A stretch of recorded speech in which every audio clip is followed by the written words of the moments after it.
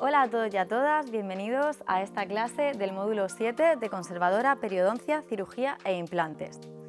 Como sabéis, este módulo se divide en dos unidades formativas. La unidad formativa 1 sobre técnicas de ayuda en odontología conservadora y la unidad formativa 2 sobre técnicas de ayuda en odontología quirúrgica. ¿Qué vamos a ver en cada una de ellas? Dentro de la primera unidad formativa hablaremos de las técnicas de ayuda en la realización de obturaciones, en las técnicas de ayuda en el tratamiento de conductos y por último hablaremos de las técnicas de eliminación de tinciones dentales intrínsecas. En la unidad formativa 2 nos centraremos en las técnicas de ayuda en periodoncia y también veremos el material, el instrumental y el procedimiento para hacer una exodoncia y las principales cirugías bucodentales. Por último, en esa parte de la unidad formativa 2 hablaremos también de técnicas de ayuda en la colocación de implantes. Bien. Vamos a comenzar con la unidad formativa 1, las técnicas de ayuda en odontología conservadora, como hemos dicho, y dentro del tema 1 lo primero que vamos a explicar es pues recordar qué es la odontología conservadora, ¿no? el nombre principal que tiene este módulo. La odontología conservadora de lo que se encarga es de restaurar la parte de los tejidos duros que se han perdido para así poder conservar durante el mayor tiempo posible el diente y que éste conserve sus funciones. Una de las principales patologías por las que los pacientes vienen a la clínica es la aparición de caries. ¿Y qué son las caries? Bueno, como sabemos, la caries dental es la destrucción de los tejidos de los dientes que provoca un reblandecimiento en el tejido duro del diente. ¿Debido a qué? A la presencia de ácidos producidos por las bacterias que están en la placa bacteriana que se forma sobre la superficie del diente y bueno, se sabe que la caries dental es un proceso multifactorial que no solo va a depender de las bacterias, sino que además pues puede influir, digamos, el estilo de vida o la dieta, por ejemplo, que tenga el paciente.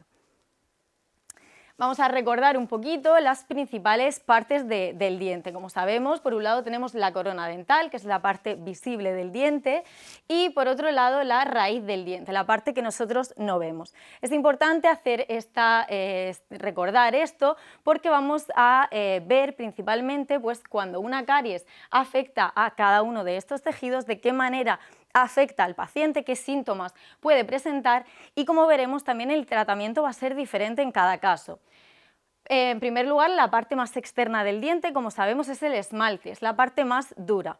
Pero a veces la caries puede quedarse solamente en esa superficie o puede ir avanzando, puede llegar a afectar a la dentina, la siguiente capa, digamos, que forma parte del diente, o incluso en casos avanzados puede llegar a la pulpa. Como sabemos, cuando ya llega a la pulpa, los síntomas que tiene el paciente van a ser pues, más graves y el tratamiento que tenemos que hacer en este caso es un tratamiento más complejo. Por esto es muy importante siempre la parte de educación para la salud, en la que siempre incidimos mucho, porque es importante evitar, siempre que se pueda, pues que siga progresando la lesión y que llegue a esto. Si se detecta a tiempo, podemos hacer un tratamiento con una obturación, como veremos, para corregir este problema y evitar que llegue a la pulpa y tengamos pues, un problema mayor.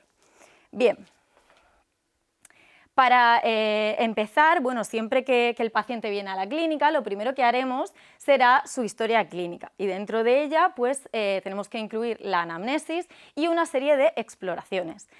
La anamnesis, como sabemos, es ese interrogatorio que hacemos al paciente en el que vamos a recoger pues, todos esos datos principales, datos personales, teléfono, dirección, profesión y además de eso debemos recoger datos importantes a nivel médico y odontológico, ya sean antecedentes en cuanto a patologías tanto sistémicas como relacionadas directamente con la cavidad oral, ya sean del paciente o de familiares cercanos que puedan tener pues, importancia a la hora de hacer ese diagnóstico y de establecer el posterior tratamiento. Otras cosas importantes que también recogeremos ahí es si el paciente, pues por tener esta patología que pueda presentar, toma algún tipo de medicación para ver si hay algún tipo de interacción que tengamos que tener en cuenta a la hora de, por ejemplo, establecer un tratamiento. Importante también el tema de las alergias, como sabéis es fundamental tanto a la hora de saber pues, si el paciente, por ejemplo, es alérgico al látex, pues saber que hay ciertos materiales que no podremos utilizar en su exploración o en su diagnóstico, así como a la hora de los tratamientos, ¿no? Pensad pues un paciente que sea alérgico a algún tipo de medicación, ¿no? Pues todo esto es súper importante tenerlo en cuenta para evitar pues, problemas mayores. Otra de las cosas que vamos a recoger es pues, por qué ha venido el paciente a la clínica, ¿no? ¿Qué es lo que le pasa si tiene dolor?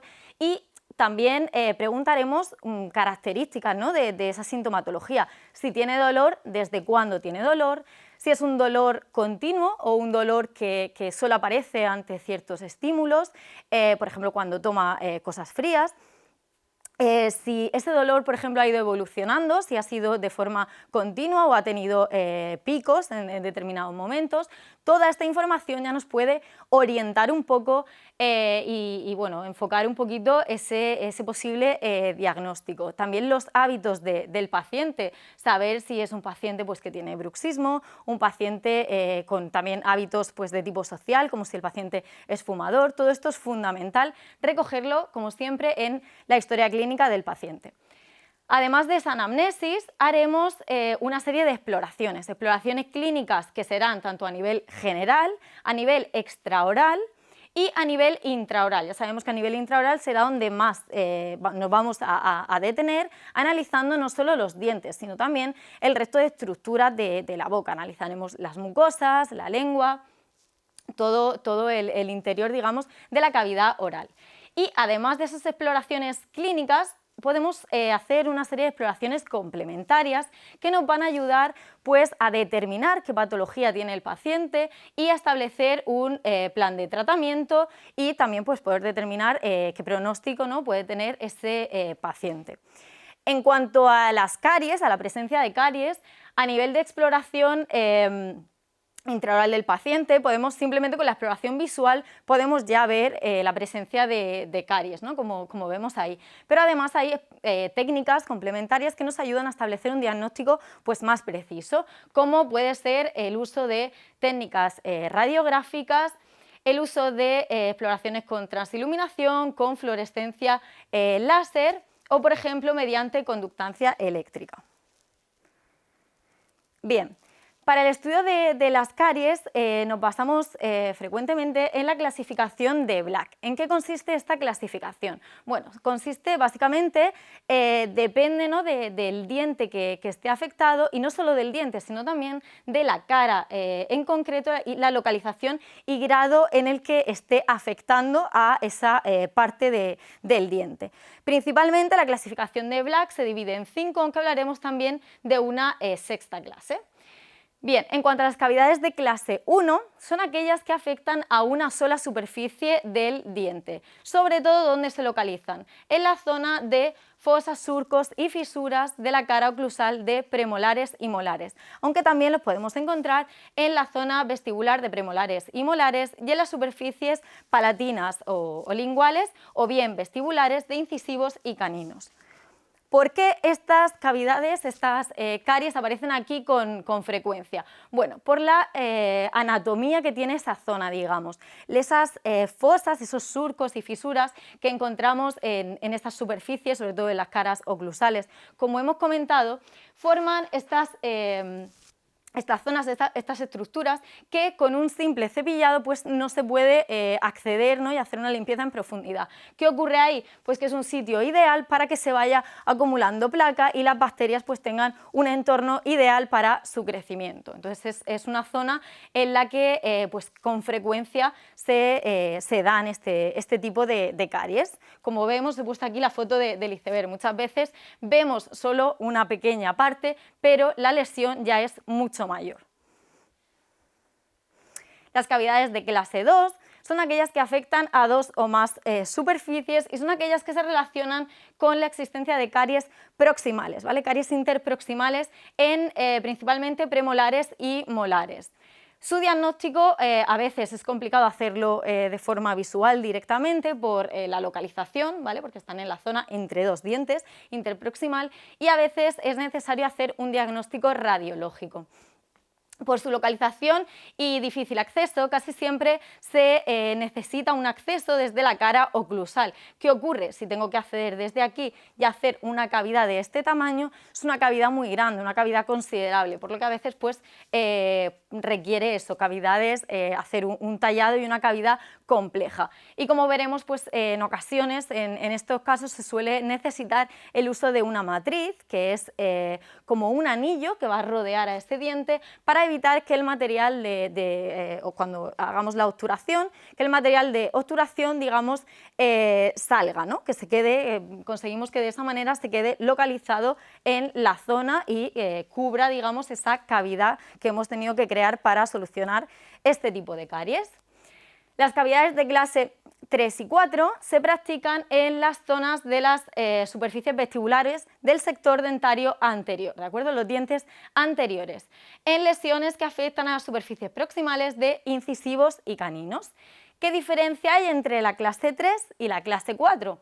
Pues la clase 3 es aquella que la reparación, digamos, la caries y la cavidad que posteriormente tenemos que crear, no afecta al borde incisal. El borde incisal sería este de aquí, ¿vale? Como vemos en este caso, lo tenemos en un diente anterior, en la zona proximal, pero no está afectando a este borde incisal. En la clase 4, como veis, además de afectar a esta cara interproximal, afecta también al borde incisal. Y por último, la clase 5 se realiza en las superficies lisas, vestibulares o palatinas de cualquier diente. Son principalmente las que se relacionan con lo que denominamos caries de cuello, ¿vale? Localizadas en este punto. Como he comentado, aunque hay 5 clases de Black establecidas, podemos hablar también de una clase 6, que aunque no esté recogida por Black, se habla de ella sobre todo para hacer referencia a aquellas lesiones que afectan a las cúspides de un diente posterior o bien a la superficie incisal de un canino, ¿vale? Como vemos aquí, o en el caso de un canino, a la superficie incisal. Bien. Una vez que hemos visto pues, que nuestro paciente tiene una caries, es importante establecer pues, qué tratamiento vamos a realizar. Si la caries, como hemos comentado antes en el dibujo de la estructura del diente, solamente afecta a esmalte o dentina, lo que haremos será un tratamiento de obturación. Pero si ha llegado a pulpa, como veremos más adelante, el tratamiento es un poco más complejo y ya tendremos que hacer un tratamiento de conductos, que es lo que conocemos como una endodoncia. Vamos a empezar explicando el tratamiento de obturación y para ello vamos a ver qué materiales vamos a utilizar y explicaremos el proceso, digamos, que vamos a seguir en esta técnica. Bien. Aquí, como veis, tenéis un resumen de lo que sería la bandeja de obturación. Por un lado, la bandeja de obturación con amalgama, que como sabemos ya está en desuso, pero bueno, que también tenemos que conocer, y la bandeja para resina compuesta, que es la más utilizada. Como veis, hay diferencias entre una y otra, porque bueno, el procedimiento es diferente y el material que se usa para hacer esa obturación pues tiene características diferentes y requiere pues materiales distintos, como vemos. Bien, en cuanto a los pasos de este proceso de esta obturación con resina compuesta, empezaremos, ahora los vamos a ir explicando uno a uno, pero aquí os he puesto un pequeño resumen, ¿no?, de cómo sería todo este proceso. Comenzaremos con el procedimiento de anestesia, pues como ya sabéis, para que el paciente no tenga dolor durante el proceso. Y realizaremos un aislamiento. Como ya sabéis también, aislamientos tenemos relativos y absolutos, aunque en el caso de una obturación con resina compuesta suele ser necesario con un aislamiento relativo. Hablaremos también de los siguientes pasos, que básicamente pues, consisten en eliminar ese tejido cariado. Tengo una caries, tengo que eliminar esa caries. Para ello, por un lado, haré la apertura inicial de la cavidad con instrumental rotatorio, haré ese acceso y posteriormente iré eliminando todo ese tejido cariado para crear una cavidad en la que ya no haya tejido, digamos, afectado y pueda sustituir, pueda colocar ese material restaurador que va a sustituir a esa parte del diente que yo he eliminado, para devolver al diente, pues como hemos comentado al principio, su forma anatómica y sobre todo su funcionalidad, que sea un diente que cumpla las funciones que tenía, digamos, el diente de origen. Bien, una vez que hemos eliminado todo ese tejido, procederemos, como digo, a este relleno de la cavidad, ¿no? Y para ello, en el caso de la obturación con resina compuesta, el primer paso será la aplicación del grabado ácido, el ácido ortofosfórico. Aplicaremos este ácido sobre la superficie limpia y seca, lo dejaremos actuar unos segundos y posteriormente se eliminará y se hará un lavado y secado de la zona. Es importante que con ese ácido llevemos mucho cuidado porque el contacto de ese ácido con las mucosas puede provocar lesiones en las mismas, ¿de acuerdo? Entonces es importante ser muy cuidadosos en este paso. Posteriormente se aplicará un adhesivo que se fotopolimerizará, como veremos, y después ya empezamos a aplicar el material de obturación, ¿vale? La resina. Lo aplicaremos capa a capa e iremos fotopolimerizando. Por último, haremos el acabado y pulido para dejar la superficie lo más parecida al diente natural y haremos un control de la oclusión para garantizar que el contacto entre dientes antagonistas es el correcto. Vamos a ir ahora explicando un poquito en qué consiste cada uno de estos pasos.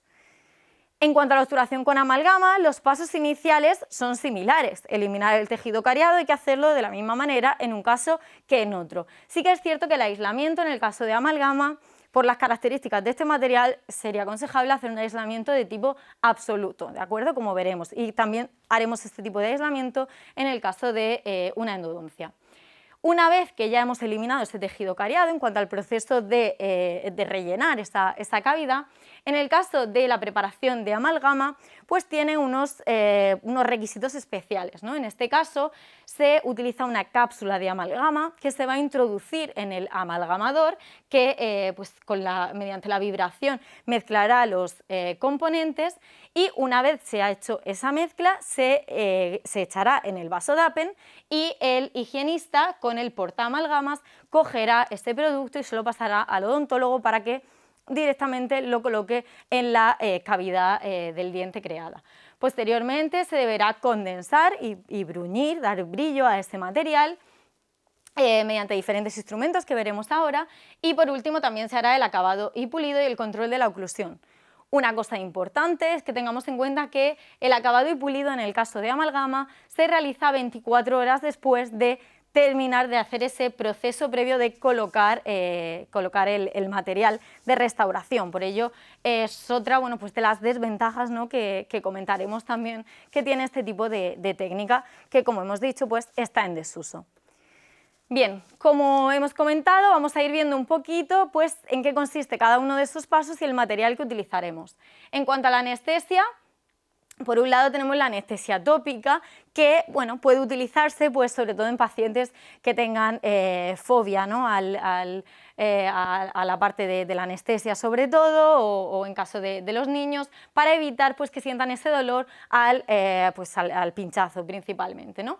La anestesia local o regional, para ella prepararemos la bandeja de anestesia que tendrá los carpules de anestesia, la jeringa y las agujas, que como sabéis tenemos de diferentes calibres. El aislamiento, como hemos comentado, será relativo para obturaciones con resina compuesta y será absoluto en el caso de endodoncias o en obturaciones con amalgama de plata. Vamos a ver algunas de las bandejas que prepararemos para este procedimiento. La bandeja de aislamiento, como hemos comentado, puede ser o bien de aislamiento relativo, donde utilizaremos torundas de algodón y abrebocas, o bien de aislamiento absoluto, donde utilizaremos clamp, portaclamp, perforador de dique, arco y cuñas de madera. En cuanto a la exploración, al material que siempre forma parte de nuestra bandeja en cualquier procedimiento, como sabéis tenemos las pinzas de exploración, las torundas de algodón que también nos sirven, como hemos dicho, para la parte del aislamiento y el espejo. Como sabéis, además de permitirme la separación de los tejidos blandos para evitar lesiones, me permite una mejor visibilidad del campo operatorio. La bandeja de exploración incluye un espejo, una sonda, unas pinzas y podemos incluir torundas de algodón y eyector de saliva. Para la apertura de la cavidad y eliminar ese tejido cariado y hacer ese tallado de las paredes, utilizaremos por un lado instrumental rotatorio, ¿de acuerdo? Como ya tenemos aquí, turbina y contraángulo, y diferentes fresas. Es importante mantener en todo momento que este proceso se haga con refrigeración, ¿de acuerdo? Para evitar un sobrecalentamiento.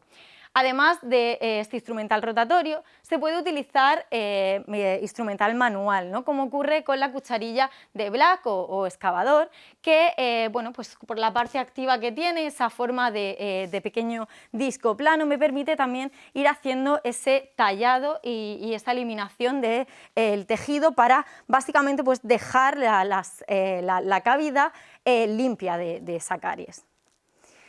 Bien, otro instrumental material que prepararemos en nuestra bandeja será el instrumental de aplicación de cementos. Con carácter general, los cementos de uso odontológico pueden tener diferentes finalidades, como proteger frente a la filtración, ejercer de base protectora o servir como material de obturación temporal, ¿no? Por ejemplo, pues cuando hacemos una endodoncia y hay que esperar para hacer la obturación definitiva, podemos aplicar una obturación pues, que sea temporal. Para aplicar estos cementos, se utilizarán por un lado las espátulas, instrumentos como este que como veis nos sirve para mezclar los componentes sobre la loseta, que será la superficie sobre la que hagamos la mezcla, y luego diferentes aplicadores, ¿vale? Tenemos aplicadores de diferentes tipos. Este, por ejemplo, el bola espátula es uno de los más usados por al tener estas dos partes que se complementan muy bien entre sí, pues permiten modelar los cementos y también la parte de aplicarlos directamente en boca. En esta bandeja podemos ver el cemento, la espátula y la superficie que utilizaremos para la mezcla.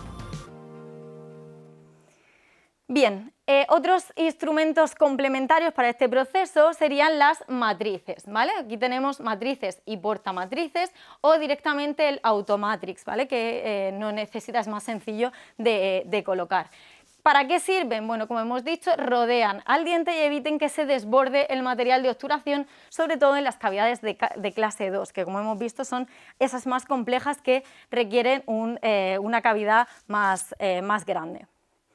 Bien, otro instrumento complementario serían las cuñas de madera.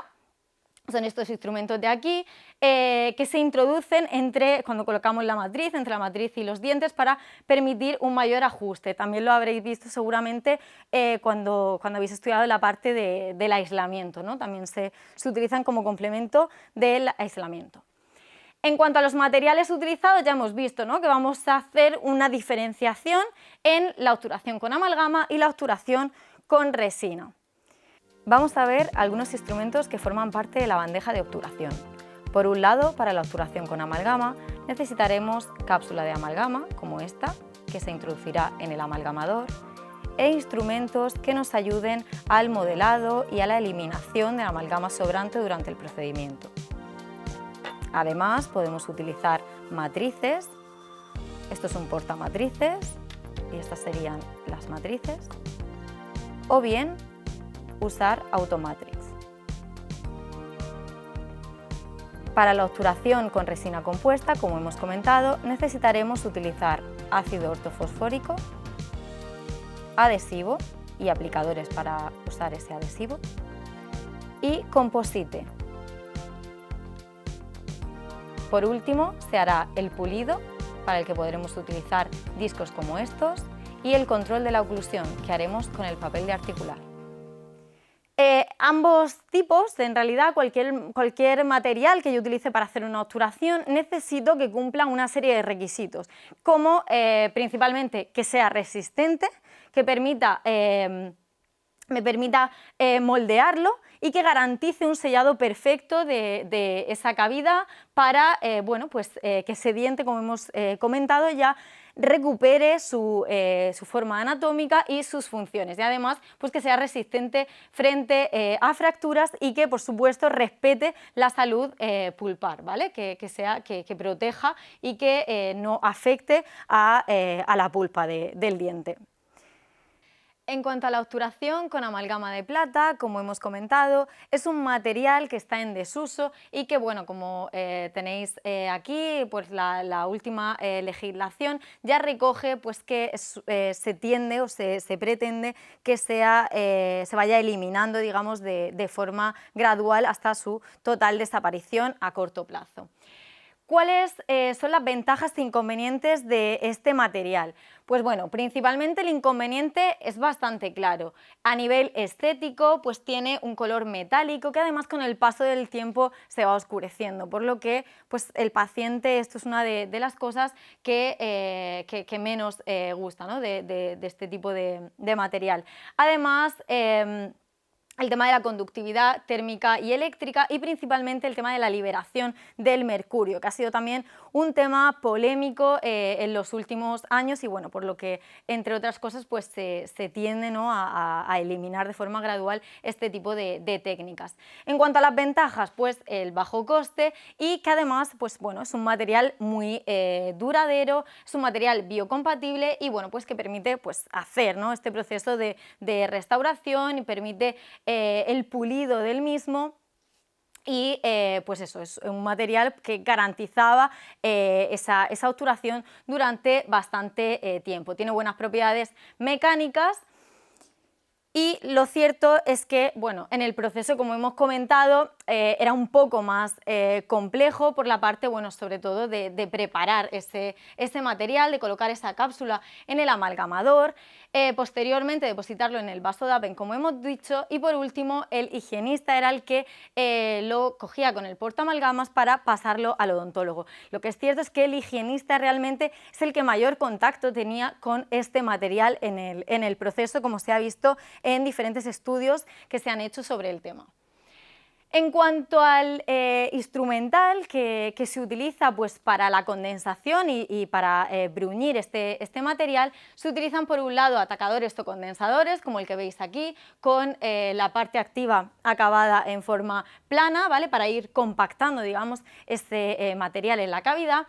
Los bruñidores con esta forma, como la que tenéis aquí, que permitían eliminar, digamos, la amalgama sobrante y comenzar a dar brillo, y los conformadores de surcos que, como veis, tienen esta forma acabada en punta que permitían ir haciendo, digamos, la forma anatómica de pues por ejemplo las caras oclusales, ¿no? esas fosas y surcos como los que hemos visto.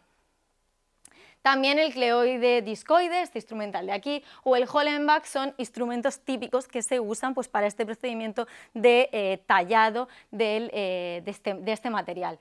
Como hemos dicho también, el acabado y pulido final se hace 24 horas después. En las obturaciones con resina, los materiales que hemos comentado que utilizaremos, pues entre ellos hemos hablado del grabado ácido. ¿Para qué se usa? ¿Cuál es la función de este material? Pues genera microporosidades en el esmalte y mejora el agarre del adhesivo. ¿Cómo hace esto? Bueno, lo que ocurre es que aumenta el diámetro de los túbulos dentinarios y descalcifica la dentina intertubular y de esta manera facilita el agarre pues, del adhesivo y posteriormente del agente obturador. Se utiliza principalmente ácido ortofosfórico al 37% durante 15 segundos y posteriormente se hace un lavado y un secado. Como ya he comentado, importante llevar cuidado con los tejidos blandos. Posteriormente se aplica el adhesivo que favorece el contacto con el material de obturación, con la resina, y se debe fotopolimerizar.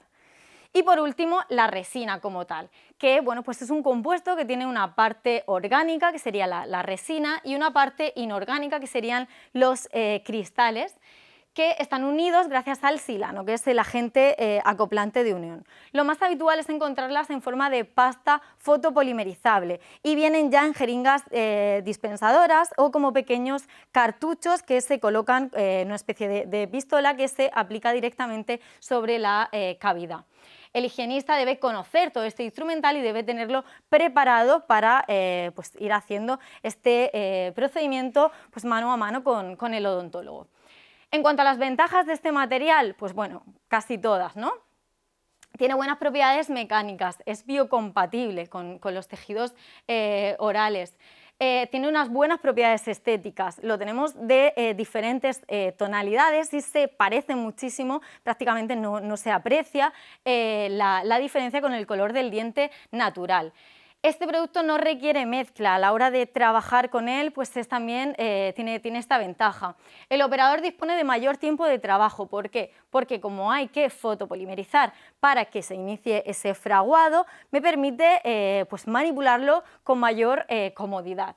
Y además es cierto que bueno, pues las principales desventajas, ¿no?, que tenía pues ha ido evolucionando y se han ido corrigiendo con el paso del tiempo, y es cierto pues que la incorporación de micro y nanopartículas han mejorado sobre todo su dureza y su resistencia, por lo que hoy en día pues tenemos materiales de muy buena calidad.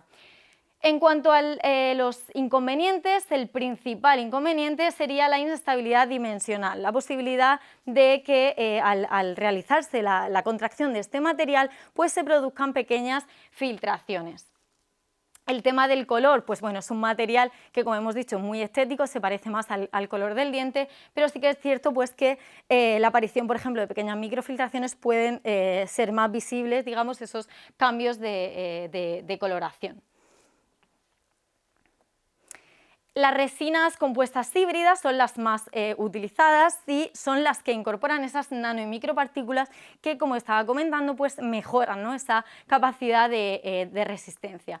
Y también tenemos las resinas fluidas, que son aquellas en las que se ha disminuido el porcentaje de componente inorgánico, por lo que bueno, permite que se deslicen mejor a determinadas zonas irregulares y son también un buen complemento en determinadas cavidades.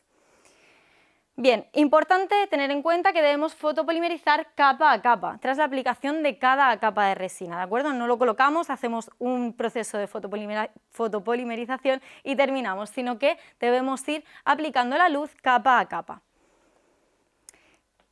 Antes de iniciar este proceso de obturación debemos tener en cuenta el color del diente natural de mi paciente, ¿de acuerdo? No todo el mundo tenemos el mismo color de dientes y para ello pues tenemos resinas de diferentes tonalidades. Es importante que esto lo hagamos antes de montar el aislamiento y antes de que el esmalte sufra un proceso de deshidratación, ya que esto modifica ligeramente la tonalidad que percibimos. Por último haremos el acabado y pulido, como hemos dicho, y haremos el control de la oclusión, ¿vale?, evitando pues un excesivo contacto entre las piezas antagonistas. ¿Cuáles son los principales defectos que podemos encontrar tras una obturación? Pues bueno, que haya una relación de contacto defectuosa, lo que podemos corregir con este acabado y pulido, o principalmente que se produzca una filtración marginal y que bueno, pues, fracase el proceso de obturación y tengamos que repetirlo y hacerlo de nuevo.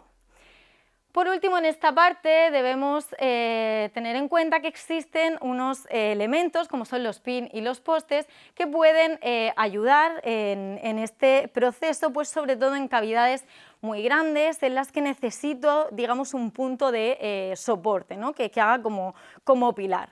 El pin es un pequeño tornillo, un pequeño trozo como de alambre que se ancla sobre la dentina del diente antes de colocar el material de restauración. Como digo, sirve como punto de soporte, ¿vale?, para garantizar el éxito de esa obturación cuando se ha perdido gran parte del tejido y bueno, como solamente, digamos, llega a la dentina, no es necesario en este caso que el diente esté endodonciado.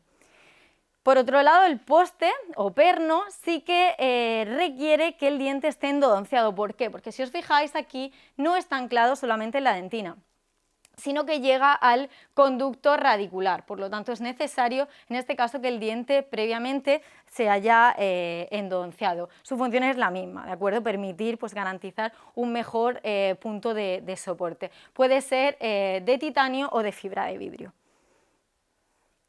Bien. Hasta ahora hemos comentado el procedimiento de obturación, cuando, pues, por ejemplo, ante una caries, ¿no?, que llegaba a esmalte o a dentina. ¿Qué ocurre si esa caries sigue avanzando y llega a la pulpa del diente? Pues ahí ya estamos ante un proceso, una patología pulpar que requiere un tratamiento pues, un poco diferente, un poco más complejo.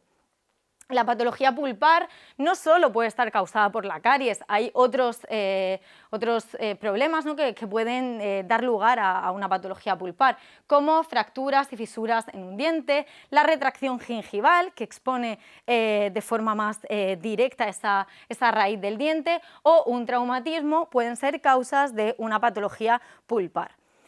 En cuanto a la clasificación de la patología pulpar, principalmente hablamos de patologías por vía inflamatoria y patologías por vía degenerativa. Vamos a ir viendo las estas principales patologías y vamos a ir comentando qué es lo que ocurre en ellas y cómo las podemos diferenciar. En cuanto a la parte de patologías inflamatorias, por procesos de patología pulpar por vía inflamatoria, vamos a comenzar con la pulpitis reversible. La pulpitis reversible es ese proceso, digamos, inicial en el que, bueno, pues el paciente principalmente cuando viene a la clínica nos comenta que tiene dolor en un punto localizado y que además se agudiza ante ciertos estímulos como el frío, el calor, el dulce o el aire. Son episodios dolorosos cortos y radiográficamente no vemos que esté afectado el ligamento o el hueso. En este caso, los signos que aparecen pues son vasodilatación de los capilares, hiperemia y edema. El tratamiento en una pulpitis reversible simplemente es solucionar el problema, la causa que lo está provocando. Es un caso inicial que, si se detecta a tiempo, se puede tratar sin necesidad de hacer una endodoncia. Si ya llegamos sigue evolucionando, no se trata a tiempo, puede evolucionar a una pulpitis irreversible. En este caso, ya el dolor, los síntomas que el paciente nos comenta cuando viene a clínica son un poco diferentes. El dolor ya es continuo y espontáneo, no solo aparece ante esos estímulos, aunque es cierto que ante ciertos estímulos en ocasiones se agudiza. Pero ya tiene un dolor difuso que a veces va hacia otras zonas, no sabe muy bien de qué diente en concreto le viene ese dolor, y en casos avanzados ya sí que se puede ver también a nivel radiográfico ese cambio en cuanto al ligamento periodontal y al hueso. En este caso ya necesitamos hacer un tratamiento de conductos, una endodoncia. Bien, y por último, si esa pulpitis irreversible sigue avanzando, no se trata a tiempo, puede llegar a ser un caso de necrosis. ¿Qué ocurre aquí? Pues bueno, se produce la muerte del tejido pulpar. Es importante también aquí hacer una endodoncia, un tratamiento de conductos, porque esta necrosis puede derivar en patologías periodontales, puede afectar a los tejidos que abrazan, que rodean al diente y provocar un problema mayor. En este caso, a veces el paciente ya no siente dolor, nos dice que previamente sí que ha tenido esos episodios, pero ya no los manifiesta. Y otra cosa característica es que puede aparecer cambios de coloración en el diente. Por eso, además de hacer una endodoncia, en estos casos se complementa con un blanqueamiento interno de esa pieza. A nivel degenerativo he puesto algunos ejemplos, por ejemplo en la atrofia pulpar. ¿Qué es lo que ocurre? Bueno, ocurre que se produce una disminución en el tamaño del número de los elementos que forman parte de la pulpa, ¿vale? Los elementos celulares, vasculares y nerviosos. Y en este caso se sustituyen por otros, como son fibras de colágeno y zonas de calcificaciones. Radiográficamente aquí se observa una cavidad pulpar de menor tamaño, ¿vale? Como podemos ver en esta imagen, en esta radiografía. La calcificación pulpar, como su nombre indica, es ese proceso en el que se produce la formación de depósitos de sales cálcicas en la cavidad pulpar. Y como aparecen zonas más radiopacas, ¿de acuerdo? Más blancas, digamos, en el interior de la cavidad. También lo apreciamos a nivel radiográfico. La reabsorción interna, como vemos aquí, se observa también a nivel radiográfico. ¿Y qué ocurre? Se observan zonas radiolúcidas con agrandamientos irregulares de la cavidad pulpar, como vemos en la imagen. En este caso lo que ocurre es que se reabsorbe la pared interna de la cavidad pulpar, por lo que se produce un ensanchamiento de la misma de forma irregular.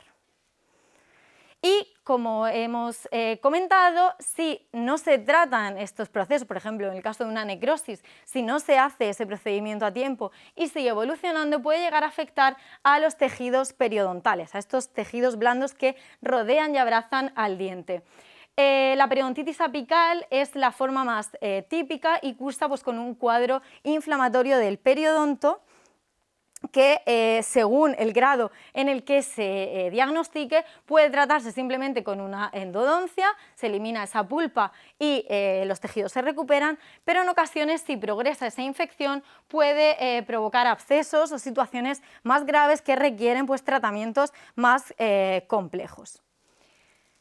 En cuanto a la terapia pulpar, vamos a hablar, bueno, hemos comentado, ¿no?, que el procedimiento en este caso sería una endodoncia, ¿no?, que es un tratamiento de conductos. Básicamente consiste en eliminar, además pues, de ese esmalte y dentina, como en el caso de la obturación para eliminar pues, una caries, por ejemplo.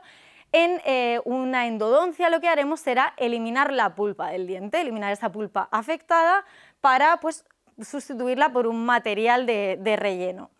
¿Qué ocurre en los dientes temporales? Bueno, en los dientes temporales tenemos que tener ciertas precauciones en estos procedimientos.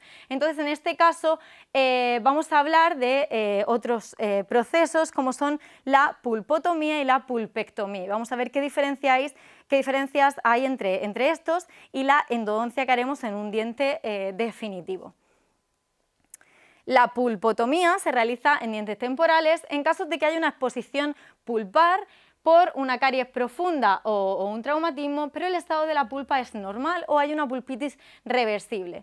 En este caso se elimina el esmalte y dentina cariada y el contenido de la cámara pulpar. Recordamos que la pulpa tiene la cámara pulpar y los conductos radiculares. En este caso se elimina la pulpa de la cámara, pero no de los conductos radiculares. Y lo que haremos será colocar un material, ¿vale?, para evitar pues, que continúe afectando y conservar la pieza pues, hasta que salga posteriormente la pieza definitiva.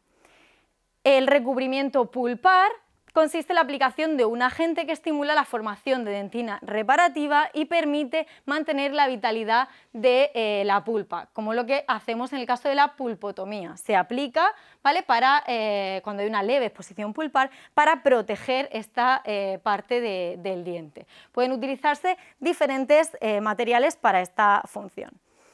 Y por otro lado la pulpectomía, ¿en qué consiste? Pues en este caso sí que se elimina toda la pulpa, se elimina la cámara pulpar y el contenido de los conductos radiculares, pero la diferencia es que en este caso el procedimiento, digamos, de relleno de esos conductos radiculares no lo haremos con gutapercha y cemento como en un diente definitivo, sino que en este caso lo haremos con un material reabsorbible, ¿de acuerdo?, para evitar que en el caso de usar un material no reabsorbible podría afectar posteriormente al diente definitivo. En este procedimiento será un procedimiento similar al de la endodoncia que explicaremos, pero principalmente tenemos que tener en cuenta eso, el material reabsorbible que se usa para sustituir a esos conductos radiculares que vamos a eliminar con la pulpa y que la irrigación la haremos con clorhexidina durante el proceso. En un diente definitivo lo que haremos será un tratamiento de conductos o endodoncia, que bueno, pues principalmente vamos a hacer como lo que hemos visto antes, vamos a ir viendo los pasos y el instrumental que utilizaremos en este caso. Importante, como siempre, primero haremos un buen diagnóstico, ¿de acuerdo? Utilizaremos esas técnicas complementarias que nos ayudan, principalmente la radiografía, en este caso, nos ayuda a hacer un buen diagnóstico y a establecer si realmente es necesario un tratamiento de conductos. La anestesia, como ya hemos comentado, principal para evitar que el paciente tenga dolor. Haremos posteriormente un aislamiento.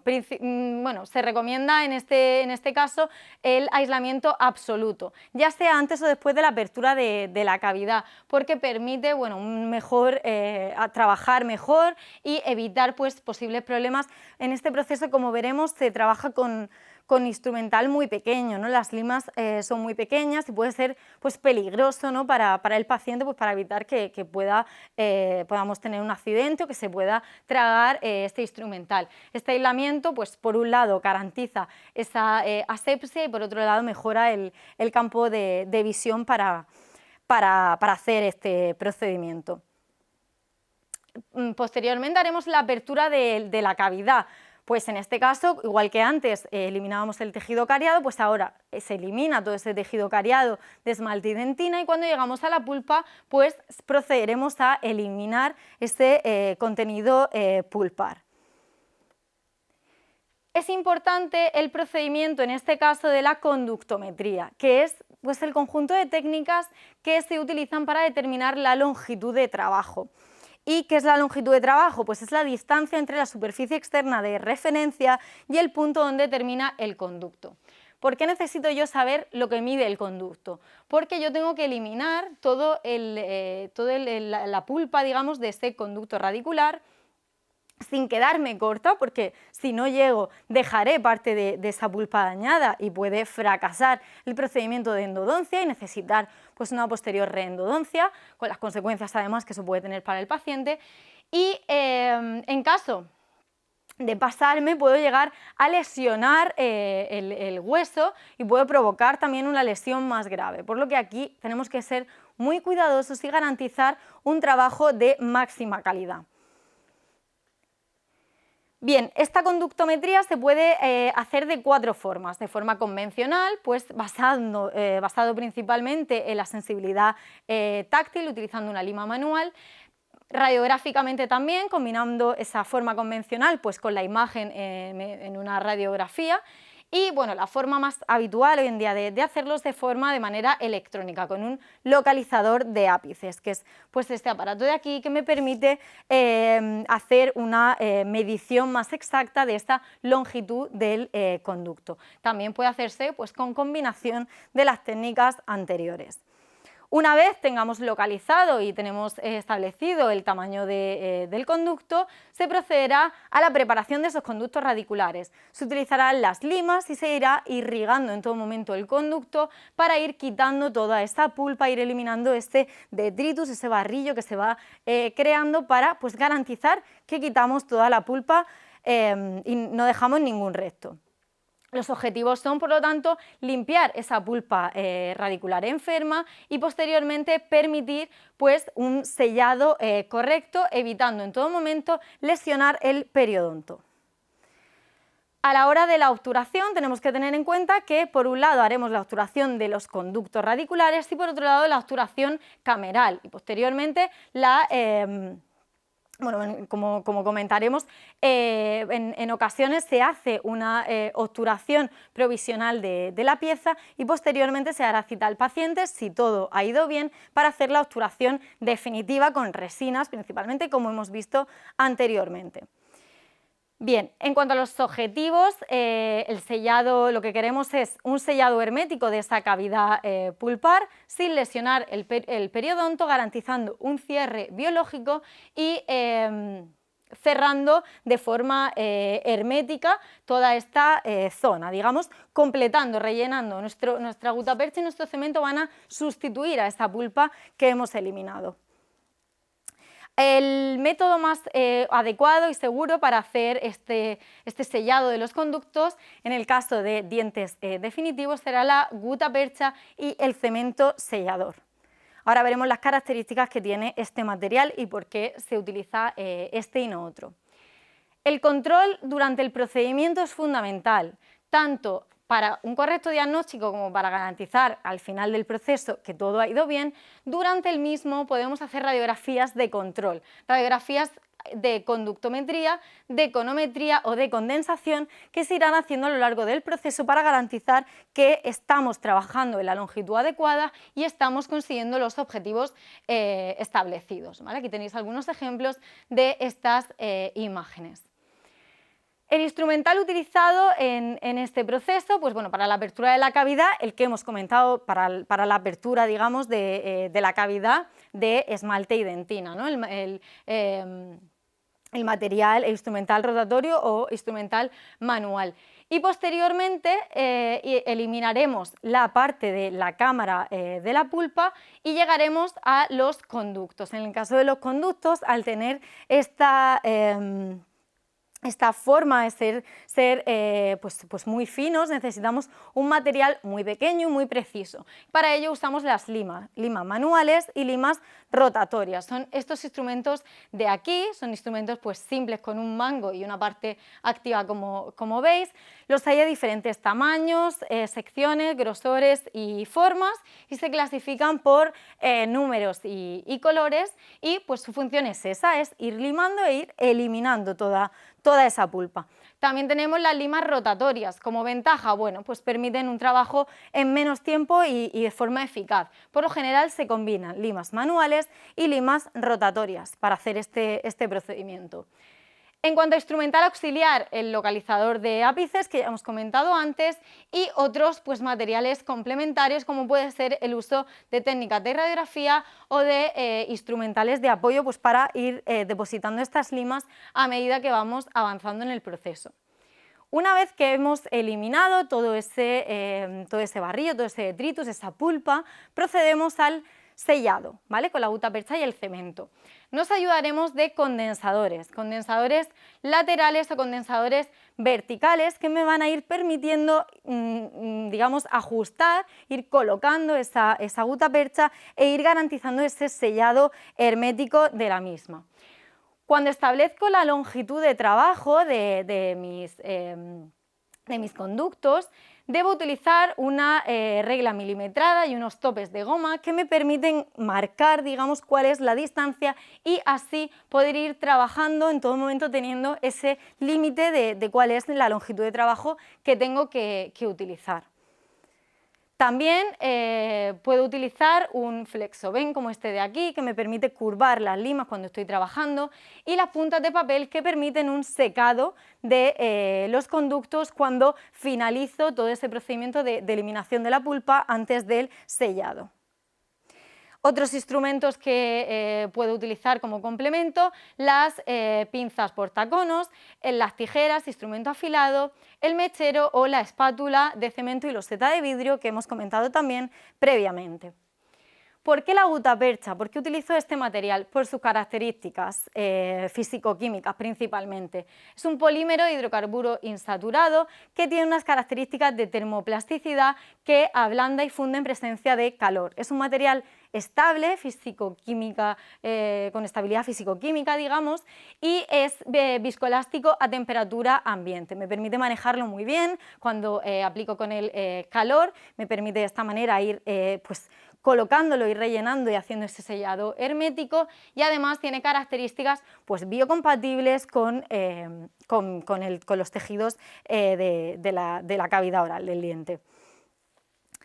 Esta gutapercha se va a combinar con el cemento sellador para garantizar que quede correctamente adherido a esa superficie. Y no nos podemos olvidar de los materiales que utilizaremos para el procedimiento de irrigación. Para ello hablamos de soluciones desinfectantes que se van aplicando cada vez que vamos introduciendo y sacando la lima del canal, como el hipoclorito sódico o la clorhexidina. Es importante que recordemos que no hay que mezclarlos y si vamos a usarlos de forma combinada debemos usar agua entre ellos. Otras soluciones que también se utilizan en este proceso, la solución ECTA principalmente que actúa como lubricante o solución de ácido cítrico que permite eliminar ese barrillo, ese detritus que vamos creando. También el alcohol permite un secado del conducto radicular y una eliminación de restos en ese procedimiento final previo al sellado. El hidróxido de calcio es otro material que se utiliza pues por su efecto antimicrobiano y estimulación de la regeneración de la dentina. Es un producto que se puede colocar como medicación intraconducto, a veces se deja colocado entre una cita y otra, porque elimina pues, las bacterias que puedan persistir en los conductos y permite fijar y neutralizar los residuos tóxicos que hayan podido quedar en la zona. Por último, es importante que recordemos pues, que en todo este proceso trabajamos mano a mano con el odontólogo y que necesitamos conocer muy bien todo este proceso, el material que vamos a utilizar, el instrumental que usaremos y cuándo usaremos cada instrumental, el orden de uso, para sobre todo pues, prepararlo todo previamente, garantizando así pues, que el tratamiento, a pesar de ser un tratamiento largo, pues sea lo más llevadero para el paciente y bueno, el tema de los criterios de calidad básicos que debemos tener en cuenta en cualquier procedimiento. La limpieza y esterilización del material, trabajar siempre siguiendo un orden adecuado y revisar siempre todo el trabajo que estamos realizando y, por supuesto, una buena gestión de los residuos que hemos generado. Aquí tenemos algunos instrumentos que utilizaremos para el procedimiento de endodoncia. Aquí tenemos una lima manual formada por un mango, una parte activa y un tope de goma que me permite indicar la longitud de trabajo. Esta sería una lima rotatoria. Aquí tenemos puntas de papel que me permiten el secado del conducto antes de la obturación del mismo. Y aquí tenemos las puntas de gutapercha que me permiten el sellado hermético de los conductos radiculares. La aplicación de técnicas de ayuda en la eliminación de tinciones dentales intrínsecas en dientes no vitales es uno de los tratamientos también que con frecuencia se hace en clínica. Como veremos, pues puede deberse a diferentes causas. Antes de entrar a hacer esta explicación de estas técnicas, vamos a hacer una pequeña introducción de, bueno, qué es una tinción, que es pues una mancha, ¿no?, que podemos observar en el diente. Pero además de estas de origen intrínseco, que son las que vamos a ver hoy en concreto, también existen manchas de origen extrínseco. Las de origen extrínseco son aquellas que se deben pues, a compuestos que de forma externa provocan esta tinción, esta mancha en el diente. ¿A qué pueden deberse? Pues por ejemplo al consumo de café, té o tabaco que pueden provocar ese cambio de coloración.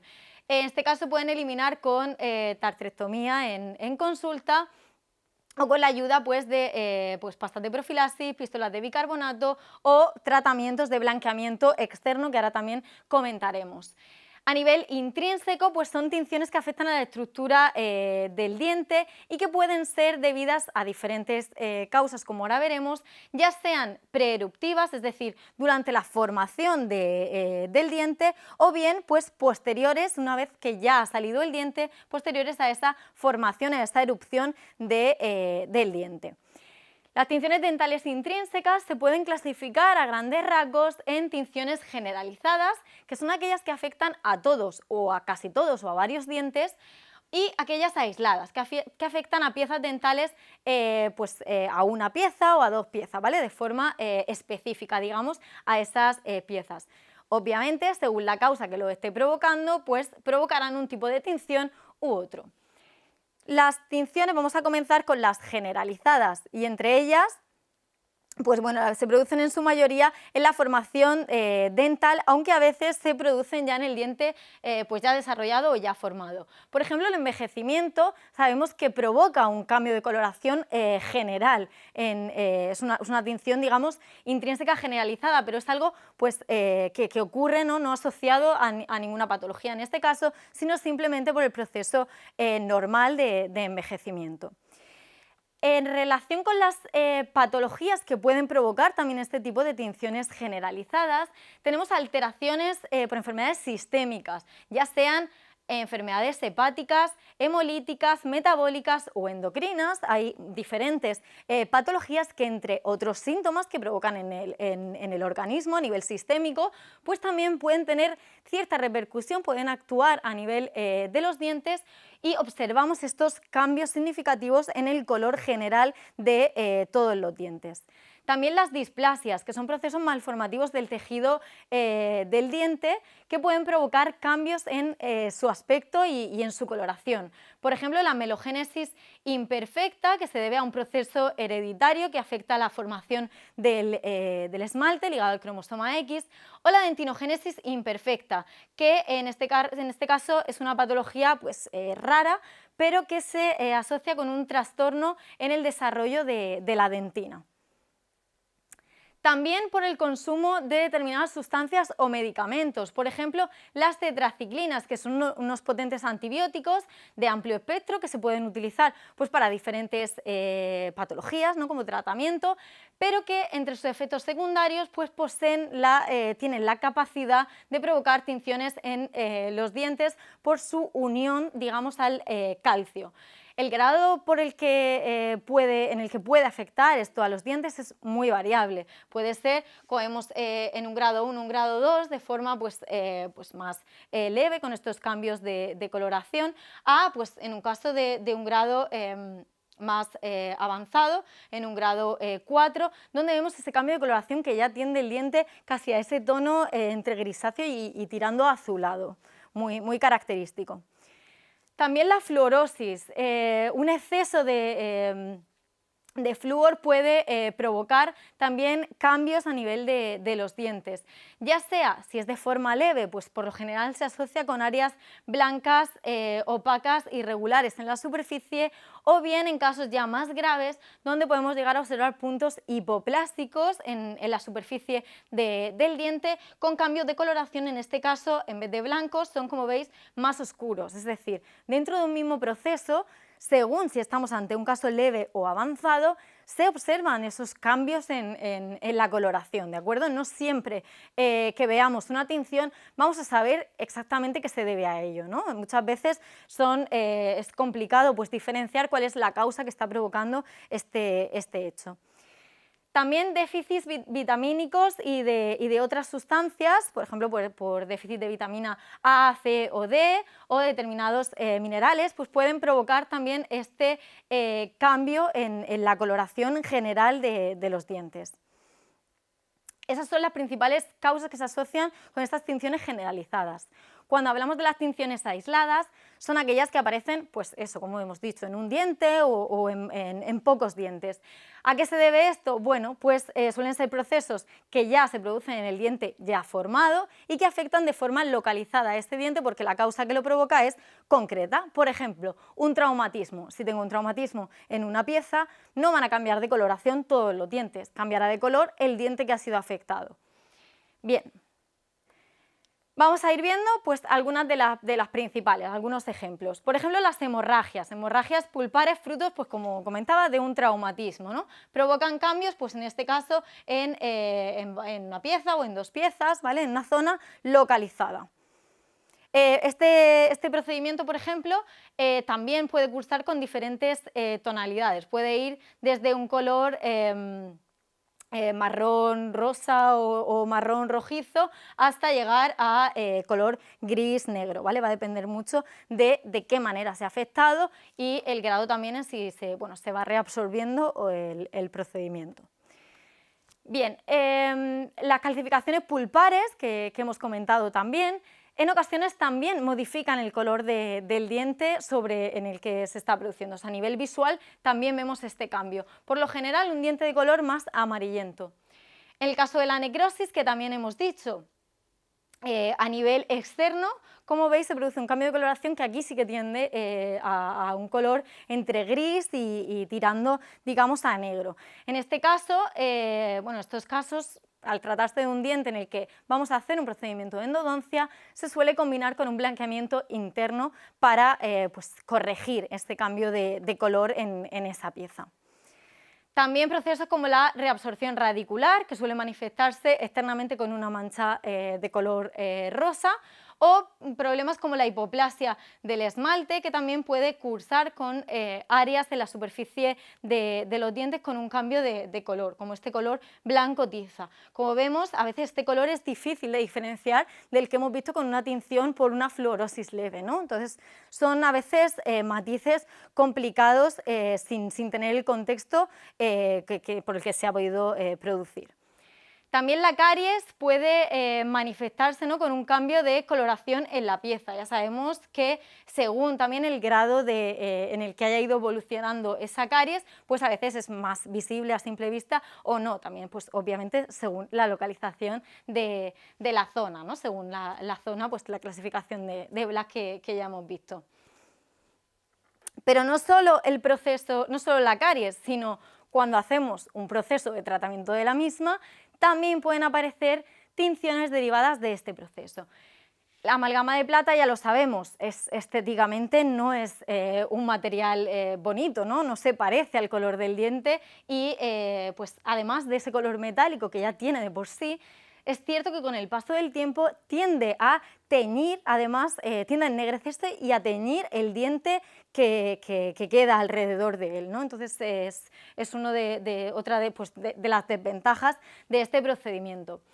Con las obturaciones de composite, pues lo que habíamos comentado, de que aunque sí que es un material pues, estéticamente parecido al diente, pues sí con el paso del tiempo se pueden producir microfiltraciones derivadas pues, de los pigmentos de los alimentos y pueden aparecer estas tinciones localizadas.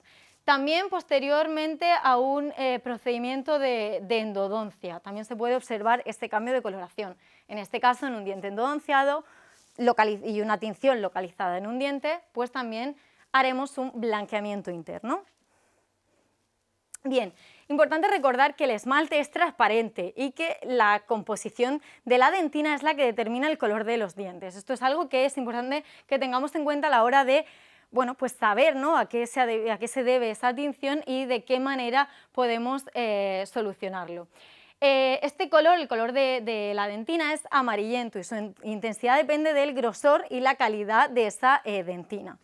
Pero entonces el esmalte no influye en el color. Bueno, el esmalte también va a influir en la percepción de ese color, ¿de acuerdo? Cuanto más liso y uniforme sea ese esmalte, más luz reflejará y más brillo proporcionará al diente. Y además el desgaste del esmalte, pues normal, propio del paso del tiempo, hace que el color de los dientes se vaya oscureciendo, ¿de acuerdo? Pero es importante que recordemos que el color del diente lo determina la dentina y que los dientes no son de un blanco nuclear, que muchas veces este es otro de los problemas que tenemos en clínica, que vienen los pacientes y quieren los dientes blanco como el del anuncio, ¿no? Y es un blanco que no es real, que no existe. Esto también es importante siempre decirlo para evitar pues luego fracasos y decepciones en este tipo de tratamientos. En cuanto a los tratamientos que podemos hacer de blanqueamiento, pues tenemos por un lado los blanqueamientos externos, que ahora comentaremos algunos tipos, blanqueamiento interno del diente endodonciado o tratamientos pues, con diferentes prótesis que van a cubrir esa estructura del diente y pues, van a tener el color que tenga esa prótesis. El blanqueamiento interno es el procedimiento que se realiza en el interior del diente, es decir, en un diente endodonciado, en un diente no vital. ¿Y cómo lo hacemos? Pues en este caso el agente blanqueador se va a introducir en el interior de la cámara pulpar, en un diente endodonciado.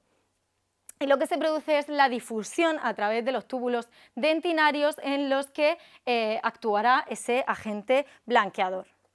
En el caso de un blanqueamiento interno, podemos diferenciar, por un lado, los procedimientos que se hacen en clínica, los procedimientos que se hacen en casa o la combinación de ambos. Lo ideal siempre es, pues si se hace una combinación de este tratamiento en clínica y en casa, siempre estar asesorados por un buen equipo profesional que pues lleve seguimiento de este proceso, ¿de acuerdo? Y que llevar cuidado con este tipo de procedimientos. Y es muy importante siempre lo que decíamos, dejar claro al paciente qué es lo que va a conseguir, de dónde partimos y dónde vamos a llegar, y que tampoco tenga ideas que no se pueden conseguir, porque a veces pues esto supone una decepción, ¿no?, para el paciente, que no ha conseguido ese blanco ideal que había visto en la revista. A la hora de hacer estos blanqueamientos, además de avisar de estas cosas, debemos tener en cuenta las características del paciente y valorar si es un paciente candidato o no a este procedimiento de blanqueamiento.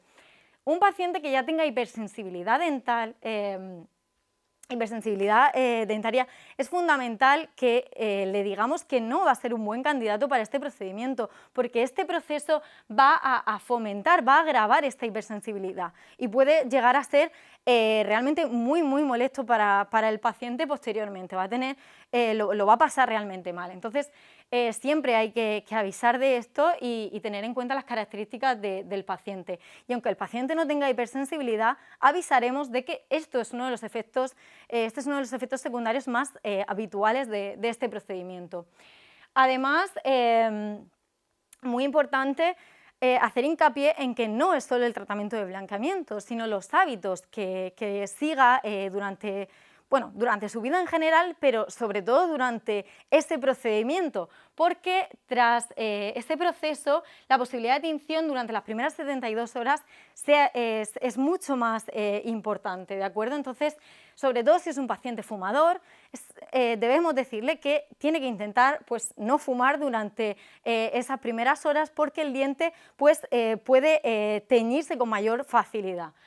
Además, le explicaremos, en el caso de que tenga que aplicarse parte del tratamiento en casa, la necesidad de seguir, que tiene que seguir las pautas que le estamos dando, porque es un tratamiento que puede irritar los tejidos blandos y debe seguir nuestras indicaciones de uso para evitar pues, problemas derivados de este tratamiento. En cuanto a recomendaciones, debemos avisar pues, al paciente de todo esto y pues, decirle eso, que evite al menos reducir el consumo de café, de té, de vino el consumo de tabaco, que esto es lo que más cuesta normalmente que el paciente entienda en estos procesos. Y explicar también pues, la importancia de que haga una dieta blanca durante los primeros días. Dieta blanca quiere decir alimentos que no tengan esos pigmentos, que no tiñan, ¿vale?, el diente. Le explicaremos al paciente también que colocar más cantidad de gel en la férula no implica un mayor efecto de blanqueamiento, ¿de acuerdo? Que lo único que puede conseguir es ese problema de que pueda irritar los tejidos, ¿vale? No va a conseguir un mayor efecto por esto, y además que es importante que siga nuestras indicaciones. Y evitar también la ingesta, por ejemplo, de ciertos alimentos como cítricos y zumos que puedan provocar pues, mayor hipersensibilidad. Y nada, hasta aquí la primera parte, la unidad formativa 1 de este módulo 7. Muchas gracias por vuestra atención.